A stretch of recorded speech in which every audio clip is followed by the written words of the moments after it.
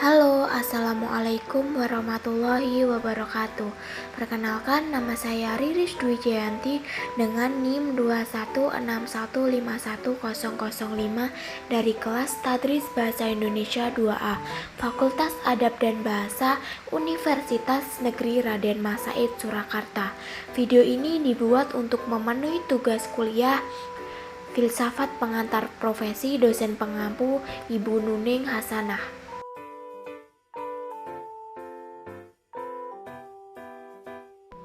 Video ini akan membahas mengenai organisasi profesi. Yang pertama ada pengertian organisasi profesi. 2. Ciri-ciri organisasi profesi. 3. Fungsi organisasi profesi.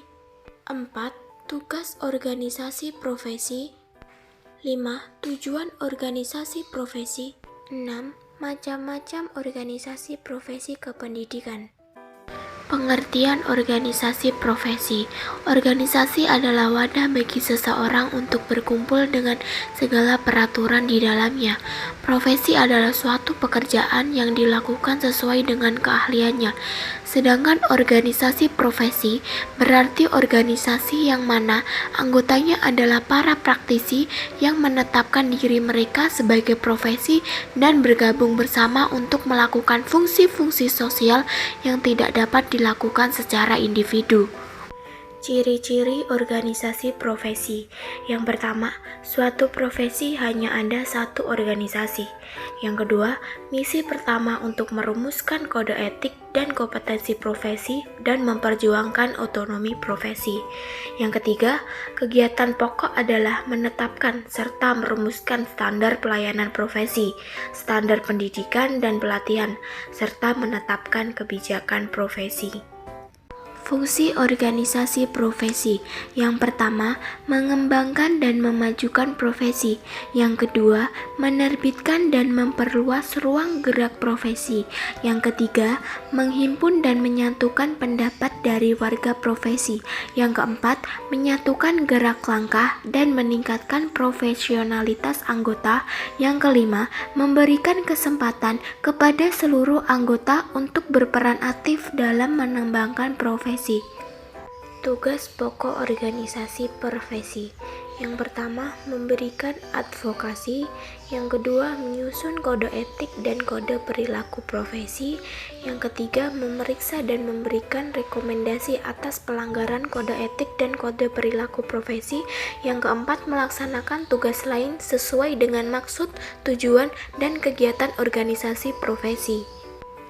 Tujuan organisasi profesi diatur dalam Undang-Undang Nomor 14 Tahun 41 tentang organisasi profesi. Dalam pasal 41, tujuan organisasi terdapat pada ayat 2 yaitu untuk memajukan profesi, meningkatkan kompetensi karir, wawasan pendidikan, perlindungan profesi, dan kesejahteraan masyarakat. Macam-macam organisasi profesi kependidikan. Yang pertama ada PGRI atau Persatuan Guru Indonesia, berdiri pada tanggal 25 November 1945 dengan tujuan untuk mempertinggi kesadaran, sikap, mutu, dan kegiatan profesi guru serta meningkatkan kesejahteraan guru. Visi dari PGRI ini adalah terwujudnya organisasi mandiri yang dicintai anggotanya dan diakui perannya oleh masyarakat. Misi yang pertama, mewujudkan cita-cita proklamasi PGRI. Yang kedua, memajukan pendidikan nasional PGRI. Yang ketiga, meningkatkan profesionalitas PGRI. Yang keempat, meningkatkan kesejahteraan guru. Yang kelima, mensukseskan pembangunan nasional PGRI. 2. KKG atau Kelompok Kerja Guru. KKG adalah suatu wadah dalam pembinaan kemampuan profesional guru, pelatihan dan tukar-menukar informasi dalam suatu mata pelajaran tertentu sesuai IPTEK.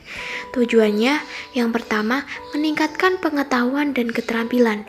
Yang kedua, mengubah budaya kerja anggota kelompok. Yang ketiga, meningkatkan mutu proses pendidikan dalam pembelajaran. Yang keempat, meningkatkan kompetensi guru melalui kegiatan di tingkat KKG. 3. Musyawarah guru mata pelajaran adalah suatu wadah bagi guru mata pelajaran yang berada di suatu kabupaten, kota, dan kecamatan yang mempunyai tujuan khusus dan umum dan memiliki peran, serta memiliki kegiatan atau program kerja yang telah ditetapkan seperti yang pertama, meningkatkan pemahaman kurikulum, yang kedua, mengembangkan dan merancang bahan ajar, yang ketiga, mengembangkan silabus dan sistem penilaian, yang keempat, meningkatkan pemahaman tentang pendidikan berbasis luas dan berorientasi kecakapan hidup.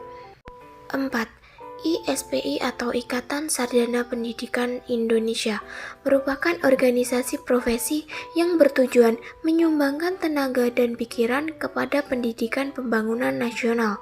Kegiatan-kegiatannya seperti yang pertama, menyelenggarakan kegiatan ilmiah, yang kedua, menerbitkan media komunikasi ilmu, seni, budaya, dan teknologi pendidikan, yang ketiga, melindungi kepentingan masyarakat dari praktik pendidikan yang merugikan. Itulah pemaparan materi dari saya, kurang lebihnya mohon maaf. Wassalamualaikum warahmatullahi wabarakatuh.